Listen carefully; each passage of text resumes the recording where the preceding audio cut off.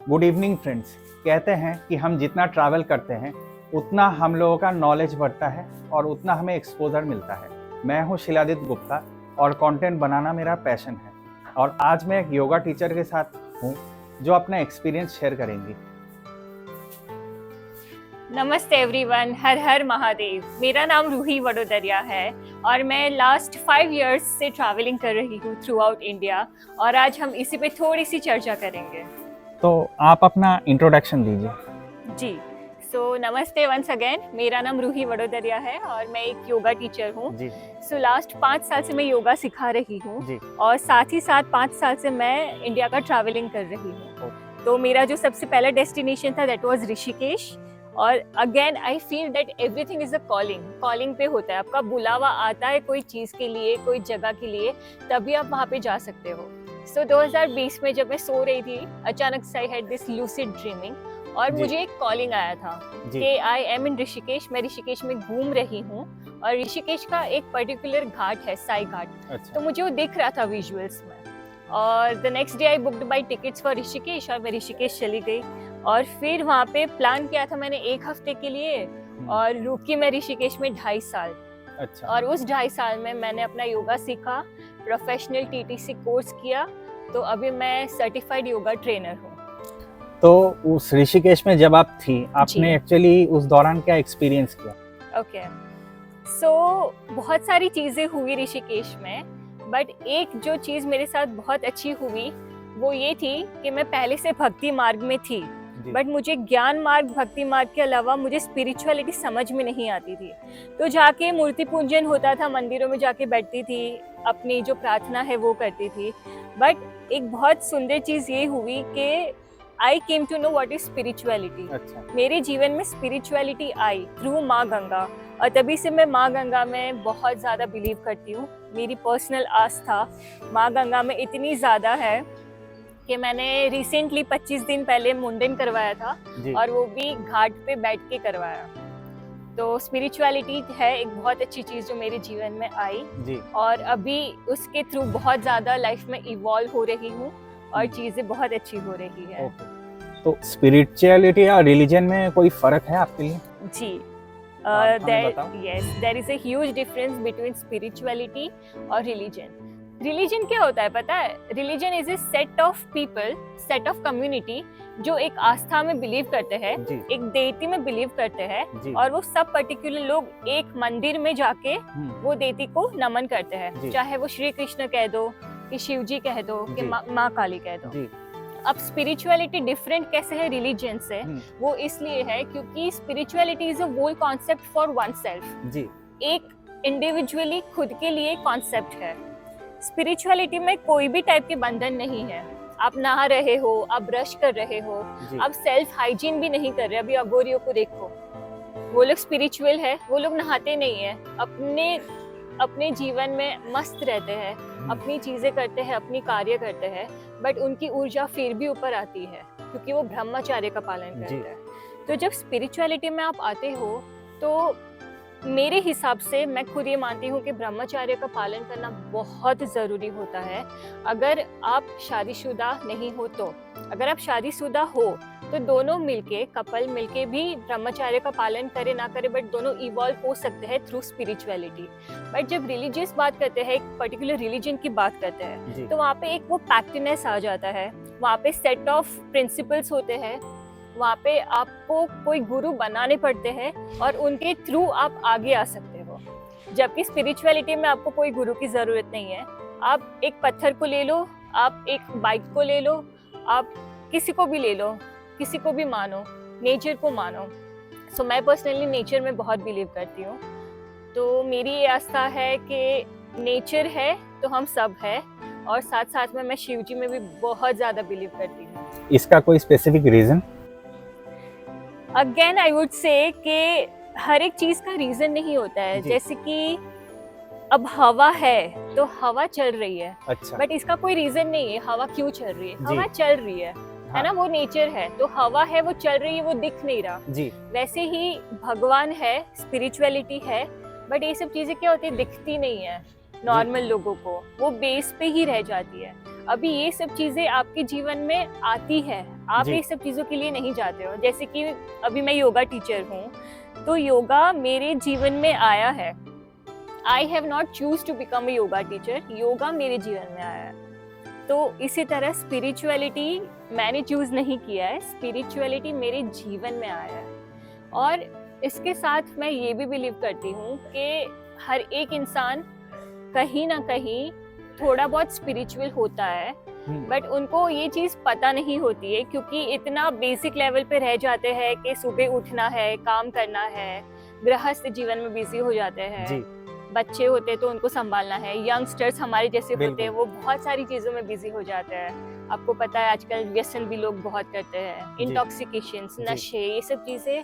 तो आप जब ये सब चीज़ों में बेसिक लेवल पे रहते हो ना, तो आप ये चीज़ों पे से निकल ही नहीं पाते जी।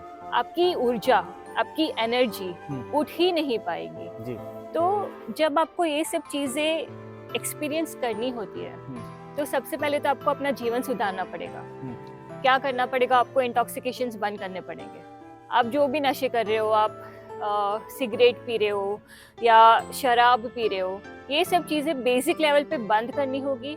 एक नियम बनाना पड़ेगा, वो नियम के अनुसार आपको काम करना पड़ेगा। कोई भी एक नियम, जैसे कि चलो मैंने नशे छोड़ दिए, मैं रोज सुबह हनुमान चालीसा पढ़ूंगा या पढ़ूंगी जी। हनुमान जी में नहीं मानते, शिव जी में मानते हो, किसी में भी आप कोई भी भगवान में मान रहे हो, कोई भी धर्म के हो, कोई भी भगवान में मान रहे हो या ईश्वर, अल्लाह या जो भी आपका धर्म है, आप एक नियम बनाओ और उस नियम के अकॉर्डिंग आप चलो। उसके बाद आप देखो कि आपकी ऊर्जा, आपकी एनर्जी धीरे धीरे धीरे धीरे अप आती है। तो वो चीज को एक्सपीरियंस करना बहुत जरूरी होता है, और वो तभी होगा जब इंटॉक्सिकेशंस बंद होंगे। तो कई सारे आघोड़ी वगैरह तो है जिनका लाइफस्टाइल जो है लोगों से अलग है जी। वो शमशान में रहते हैं जी, मुर्दों का लाश खाते हैं जी। तो वो सात्विक हैं या दूसरा तरीका है उनका, जिन्हें आप साधु कह सकते हैं? जी, आपका क्वेश्चन बहुत अच्छा है, और अगर हम इस विषय पे चर्चा करेंगे तो हम बहुत डीप जाएंगे इस विषय में, जो 1 घंटे में भी शायद खत्म नहीं होगी, समाप्त नहीं होगी। छोटा ब्रीफ इंट्रोडक्शन दे देती हूँ। अभी साधु की बात नहीं करेंगे, साधु लोग हमारे जैसे गृहस्थ जीवन में भी रहते हैं हाँ। और कोई कोई लोग हैं जो संसार को छोड़ के, संसार के रूल्स को त्याग के गंगा घाट पे रहते हैं या कहीं आश्रम में रहते हैं या मंदिरों में रहते हैं। बट जब हम अघोरियों की बात करें, अघोरियों की लाइफस्टाइल बहुत अलग होती है, बहुत अलग। कैसे? और आज के जमाने में भी ये मान्यता है, जब मैं ऋषिकेश में थी और मैं नॉर्मल वहाँ पे साधु साध्वियों के साथ बातें करती थी आश्रम में जाके, तो वहाँ के एक साधु पंडित जी ने मुझे ये कहा था कि आज की तारीख में अगर ऋषिकेश में किसी की मृत्यु हो रही है जो साधु है या अघोरी है, तो उनका अग्निदाह नहीं होता है, उनको गंगा किनारे के बीच में लेके जाते हैं और वहाँ पे उनको जलदाह होता है, समाधि।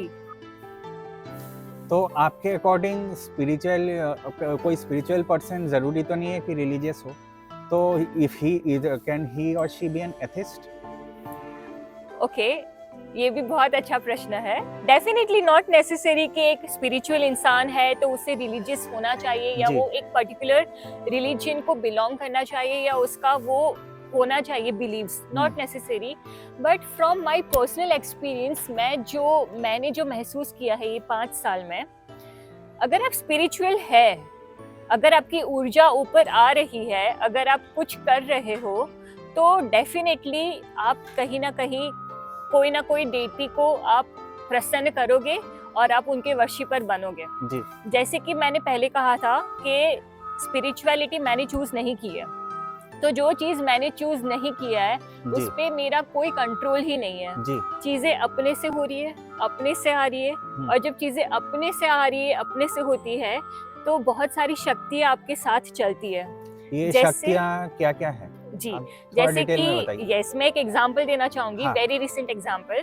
मेरी बर्थडे थी 20 जुलाई को अभी, और मैं थी on the very extreme part of Himachal, और मैं हिमाचल से मेरी बर्थडे के 5 दिन पहले मुझे ये कॉलिंग आई कि मुझे हनुमान जी से मिलना है और मुझे कैची धाम नीम करोली बाबा जाना है। अब मेरे पास इतने पैसे नहीं थे, मेरे पास ये मुझे पता नहीं था कि मैं कैसे जाऊंगी, क्योंकि मैं हिमाचल में हूँ जी।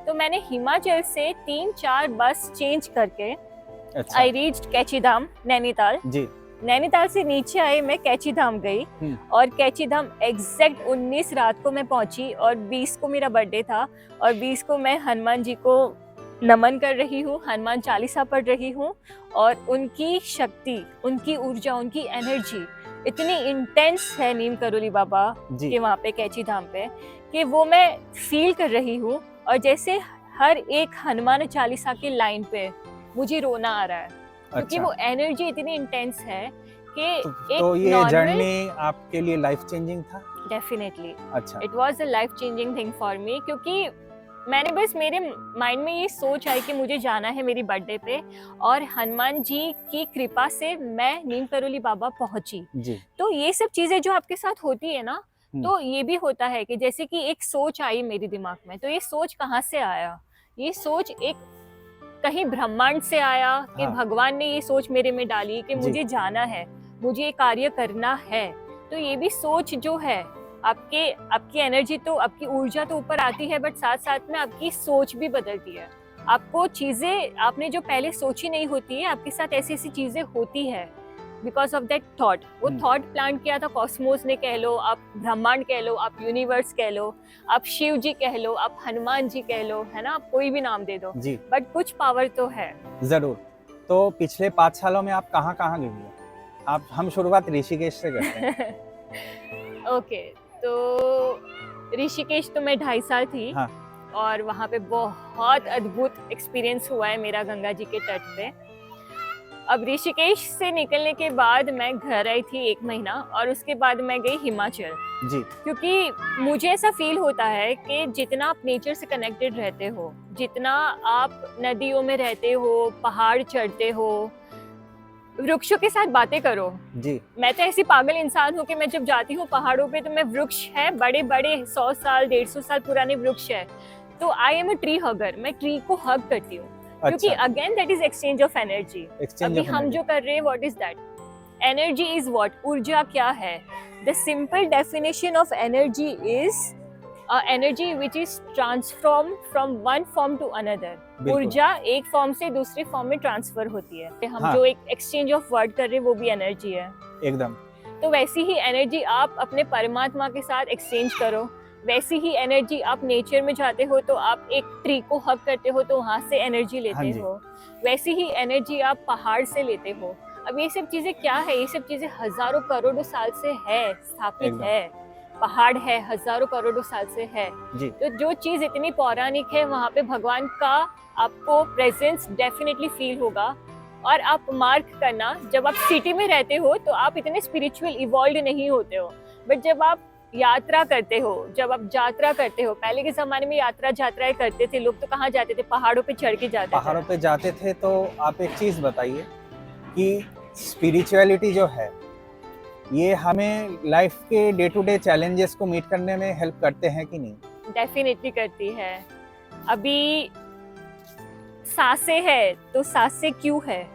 हम जो सांस लेते हैं, इनहेल एक्सहेल जो हमारा है ये प्रक्रिया, तो ये लोगों को लगता है कि नॉर्मल प्रक्रिया है कि हमने सांस लिया, सांस छोड़ा, बट ये नॉर्मल प्रक्रिया नहीं है।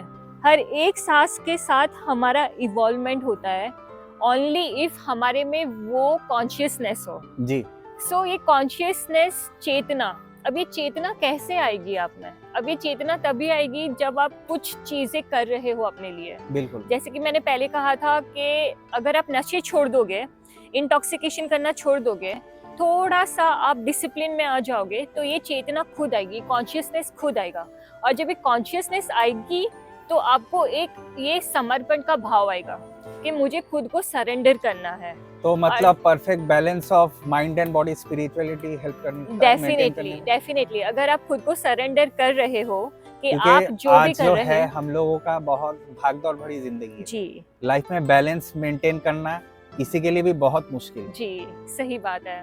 तो that's why I asked you कि बैलेंस कैसे रखता है, आप थोड़ा बताइए जी। तो बैलेंस ऐसे रखता है कि जैसे कि अब आप समर्पण कर रहे हो खुद को, आपकी चेतना आ गई, आप कॉन्शियस हो गए, आपने खुद को समर्पण कर दिया, सरेंडर कर दिया कि भगवान देख लो, मेरे साथ जो भी हो रहा है वो आपकी कृपा से हो रहा है, मेरे साथ गलत हो रहा है वो भी आपकी कृपा से ही हो रहा है। या चलो भगवान में नहीं मानते, हम एक पेड़ में मानेंगे या स्पिरिचुअलिटी में बात करेंगे कि हमने एक ऊर्जा हमारी दे दी ब्रह्मांड को कि मेरे साथ अब जो भी होगा वो आप देख लो, आपके थ्रू ही सब कुछ होगा। तो आप जब किसी चीज को सरेंडर कर देते हो तो चीजें आपके लिए बहुत इजी हो जाती है। और अपार्ट फ्रॉम दिस, इसके साथ आप योग कर सकते हो, आप मेडिटेशन कर सकते हो, आप मेडिटेशन के साथ अपनी ऊर्जा कैसे आगे बढ़ानी है, ऊपर बढ़ानी है, वो कर सकते हो। तो इन सब से आपके लाइफ में चेंजेस क्या आए? बहुत सारे चेंजेस आए हैं, बहुत सारे पॉजिटिव चेंजेस। जैसे कि पहले मुझे बहुत ज़्यादा स्ट्रेस होता था, एंग्जाइटी होती थी, मेरे साथ छोटी सी छोटी घटनाएं घट जाती है और मैं ऐसे डिप्रेशन में आ जाती हूँ कि यार मेरे साथ ही क्यों ऐसा हुआ, मैं ही क्यों, इतने सारे लोग हैं, मेरे ही साथ क्यों। बट जब स्पिरिचुअलिटी जीवन में आई, जब चीज़ें समझ में आई, जब कॉन्शियसनेस आया, चेतना बढ़ी, तब ये समझ में आया कि मेरे साथ इसलिए हुआ क्योंकि मैंने जो भुगता, कि मेरे साथ जो भी अच्छा हुआ वो मेरे खुद के कर्म के कारण हुआ है। मेरा कुछ पहले के ज़माने में कार्मिक डेप्थ रह गया होगा, जो कार्मिक डेप्थ में ये ज़माने में, ये जीवन में पूरा कर रही हूँ। कोई लोग कहते हैं ना कि मैंने कोई खराब कर्म ही नहीं किए, मेरे साथ ही क्यों ऐसा हुआ। जी बिल्कुल। तो वो ये जमाने के कर्म नहीं होते हैं, वो तुम्हारे कितने पहले के 100-150 साल पूरा के पहले भी आपके कितने जन्म होते हैं, तो कितने जन्मों का। पर कई लोग तो पुनर्जन्म में मानते नहीं, भगवान मानते हैं पर उनको पता नहीं। और कई लोग ऐसे भी हैं जो बिल्कुल नास्तिक हैं। जी, कई लोग भगवान में भी नहीं मानते। तो मैं यही कहना चाहूंगी कि आप सांस लेते हो, अब ये बोलोगे कि मैं तो सांस लेने में भी नहीं मानता, तो आप जी नहीं पाओगे। तो आप सांस ले रहे हो तो वो आपका भगवान है, मत मानो भगवान में। जो लोग एथिस्ट है, वो लोग कहते हैं कि हम भगवान में नहीं मानते, मत मानो, आप अपनी सांसों में मानो। योग क्या सिखाता है आपको? Inhale exhale. तो जब आपका जो श्वास नियंत्रण होगा, आपकी जो ब्रीथिंग जो है वो आपकी प्रॉपर अलाइंड होगी बॉडी के साथ, तभी जाके आपकी ऊर्जा ऊपर आएगी। तो एथिस्ट लोग नहीं मानते हैं कि भगवान नहीं है, बट वो लोग अपने सांस को तो मानते हैं। They believe in breathing system, वो लोग भी योग करते हैं। अब वो लोग भी कुछ ना कुछ हद पे मेडिटेशन करते हैं, आंख बंद करके कुछ तो करते हैं। तो वो क्या है, वो कुछ भी जो है, वो क्षण भर का भी जो है, बस वही है सब कुछ। अच्छा, तो आप एक बात बताओ कि आपने किसी से दीक्षा ली है? नहीं। अच्छा, नहीं। कोई रीजन? मैंने किसी से दीक्षा नहीं ली है अभी तक, और मुझे आगे जाके भी किसी से दीक्षा नहीं लेनी है। मैं खुद योगा टीचर हूँ, तो मुझे गृहस्थ जीवन में रहना है। मेरे पेरेंट्स हैं, अगर आगे जाके मेरी शादी होगी तो मैं शादी भी करना पसंद करूँगी। ऐसा नहीं है कि मुझे टोटली स्पिरिचुअल होके साध्वी बनना है। ख्याल ऐसे आते हैं, ऑफ कोर्स, जब मैं गंगा घाट पे बैठती हूँ तो मुझे ऐसे ख्याल आते हैं कि मैं साध्वी बन जाऊँ, संसार को छोड़ दूँ, नियम ये सब छोड़ दूँ, ये सब चीज़ें मेरे लिए बनी ही नहीं है, मैं अपने में मस्त रहूँ, अपनी चीज़ें करूँ। बट फिर जब प्रैक्टिकली जब देखती हूँ तो दूसरी बात जो मेरे में एक ये चीज़ है, ड्यूअलिटी कहते हैं इसे, कि नहीं मुझे अच्छे कपड़े पहनने हैं, मुझे संसार में रहना है, मुझे जो भी है मेरे पास, जो भी नॉलेज है, ज्ञान है, योग है, आसन है, मुझे लोगों को सिखाना है। तो एक ये भी ड्यूअलिटी हो जाती है। तो मैं नहीं चाहती कि मैं ये लाइन में इस तरीके से आगे बढ़ूँ कि मैं साध्वी बन जाऊँ या तपस्वी बन जाऊँ। मैं गृहस्थ जीवन में रहना चाहती हूँ, बट अगेन मैं ब्रह्मचर्य का पालन कर रही हूँ 2 साल से, 2-2.5 साल हो गए अभी। तो ये ब्रह्मचर्य का जब पालन करना स्टार्ट किया, उसी दौरान मेरे जीवन में हनुमान जी आए। उसके पहले मैं हनुमान जी की कुछ भी बातें मुझे समझ में नहीं आती थी, मैं हनुमान चालीसा भी नहीं पढ़ती थी और मैं इतना बिलीव भी नहीं करती थी। अच्छा। बट जब से ब्रह्मचर्य का जीवन में आया है, पालन स्टार्ट किया है करना, तब से हनुमान जी मेरे जीवन में आए और चीजें बहुत अच्छी हो रही है। लेकिन गुरु बिना ज्ञान तो अधूरा होता है, जैसे आपने सही कहा, एकलव्य ने ली थी महाभारत में। एकदम सही बात तो है। फिर आप जो कह रही हैं ये तो उस बात को कॉन्ट्राडिक्ट करती है। एकदम सही बात है, कॉन्ट्राडिक्ट करता है पूरा। कॉन्ट्राडिक्ट नहीं करता, क्योंकि आपने जो मुझसे पहले जो क्वेश्चन पूछा, वो क्वेश्चन अलग था। बट अगर यहाँ पे गुरु की बात हो रही है तो किसने कहा मेरे गुरु नहीं है? डेफिनेटली मेरे गुरु है, मैंने गुरु से ज्ञान लिया है। ये जो कुछ भी मेरे जीवन में है मेरे गुरु के कारण है, और मेरे गुरु कोई इंसान के रूप में नहीं है। मैं अपने गुरु स्वयं साक्षात शिव जी को मानती हूँ, क्योंकि मैं ये बिलीव करती हूँ कि डायरेक्ट कनेक्शन होना चाहिए, किसी इंसान को बीच में क्यों लाना है। मेरा जो भी कनेक्शन है डायरेक्ट मेरे परमात्मा से है, शिव जी से है, और जो भी चीजें आती है उनके थ्रू आती है, जो भी विचार आते हैं उनके थ्रू तो आते हैं। ये विचार या थॉट प्रोसेस जो भी आप कह लो, ये जी। मेडिटेशन के दौरान आता है या कभी भी आ जाता है? ये कभी भी आ Randomly? जाता है। हमारे शिव पुराण में ये लिखा गया है कि मेडिटेशन 1000 तरीके के होते हैं। अच्छा, मेडिटेशन सिर्फ ये नहीं है कि आंख बंद करके ज्ञान मुद्रा आप लेके इनमें से 2-3 ही meditation चलिए करो। समझा दीजिए। मेडिटेशन ये एक प्रक्रिया है हाँ। जो मैंने अभी बताई कि आंख बंद करके आप ज्ञान मुद्रा में लेके रह के मेडिटेशन करो, बट 1000 तरीके की मेडिटेशन है। अभी आपने देखा होगा कि कोई कोई लोग ये बोलते हैं कि मैं बाइक चलाता हूँ तो मुझे बहुत शांति मिलती है, तो वो क्या है? उनका मेडिटेशन है, उनको विचार नहीं आता है। अब मेडिटेशन क्या है? जहाँ पे आपके विचार का अंत हो जाता है, हाँ। वो मेडिटेशन है। हम मेडिटेशन तभी करते हैं कि हमें हमारे विचारों से मुक्त होना है। जी, अभी मेरे लिए मेडिटेशन ये है कि जब मैं अपने योग करती हूँ, जब मैं अपने आसन करती हूँ, जब मैं अपने मैट पे होती हूँ और आसन करती हूँ, वो मेरा मेडिटेशन है। तो जब मैं वो मेडिटेशन करती हूँ तब मेरी चीज़ें, ऊर्जा ऊपर आती है और चीज़ें मेरे दिमाग में आती है कि अच्छा मुझे ये करना है, मुझे ऐसे करना है, मुझे इधर जाना है। जैसे कि अभी महाकुंभ आ रहा है, हाँ। और मेरा बहुत ज़्यादा ऐसा फील हो रहा है कि मैं कहीं ना कहीं, कैसे पता नहीं, बट कहीं ना कहीं वो चीज़ से कनेक्टेड हूँ। मुझे वो भूमि पे जाना है और मुझे स्नान करना है वहाँ पे। सब कुछ बुकड है, मेरा कुछ भी अभी तक बुक नहीं हुआ है। ट्रेन्स है, बस है, सब कुछ बुक हो गया है। मुझे नहीं पता मैं कैसे जाऊंगी महाकुंभ, बट मुझे महाकुंभ जाना है। तो ये मेरे मन में विचार कहाँ से आया? ये इनर कॉलिंग के वजह से ये आया? Inner calling. अच्छा, अभी इनर कॉलिंग कैसे आई? कैसे आई आप समझाइए। मेरे गुरु ने दी, अच्छा। शिव जी के थ्रू आई, तो ऑफ कोर्स मेरे भी गुरु है। जी। तो आपने एक तो ऋषिकेश, दूसरा जो हनुमान जी का आपने बताया जी। इसके अलावा कोई और जगह आप गई हैं? जी, मैंने 4 धाम की यात्रा की है जब मैं ऋषिकेश में थी। हाँ। तो 4 धाम जो है वो केदारनाथ, बद्रीनाथ, यमुनोत्री, गंगोत्री कहा जाता है। तो जी। मैंने वो 4 धामों की यात्रा की है, और साथ में मैंने 8 ज्योतिर्लिंग किए हैं, 4 मेरे बाकी है। और वृंदावन गई थी लास्ट ईयर की बर्थडे पे वृंदावन थी। अभी वृंदावन भी मेरा एक कॉलिंग था, क्योंकि माना जाता है कि जिसके नसीब में शिव, जिसके पास शिव है, जिसके नसीब में शिव की भक्ति है, उसके नसीब में कृष्ण की भक्ति भी आएगी। और मेरे साथ वो हुआ। कैसे? आप थोड़ा डिटेल में बताइए। जी। तो ऐसा कहा गया है हमारे वेदास में कि जो कृष्ण है वो किसके स्वरूप है, किसके रूप है, पता है आपको? नहीं, आप थोड़ा बताइए। ओके। मुझे इतना नहीं मालूम। तो शिव जी ने एक बार ये बोला बैठे बैठे माँ पार्वती से कि मुझे धरती पे जन्म लेना है और मुझे एक कन्या के रूप में जन्म लेना है। तो पर शिव जी के तो कोई अवतार वैसे है नहीं। किसने कहा? शिव जी के 11 रुद्र अवतार है, उसमें से हनुमान जी हमारे 11वें रुद्र अवतार है। शिव जी के 11 रुद्र अवतार है। हनुमान जी रूप है इनका, ये तो हमें पता उनके है। रुद्र अवतार है, जैसे कि काल भैरव है, वैसे हनुमान जी उनके 11वें रुद्र अवतार है, और जो काल भैरव है उनके दूसरे या तीसरे रुद्र अवतार है। वैसे ही शिव जी को रूप में आना था एक कन्या के, तो उन्होंने राधा रानी का रूप लिया। अब जहाँ शिव जी वहाँ पार्वती जी। शिव जी नीचे आ रहे हैं राधा रानी के रूप में, तो माँ पार्वती कैसे रह जाएंगे? तो माँ पार्वती ने बोला मैं कृष्ण के रूप में आऊंगी। तो जो काली माँ कहो आप माँ पार्वती कहो या सती कहो, वो जो है वो कृष्ण है जी। इसलिए कृष्ण का रंग सांवला है। अच्छा। और जो राधा रानी है वो हमारे स्वयं शिव जी है।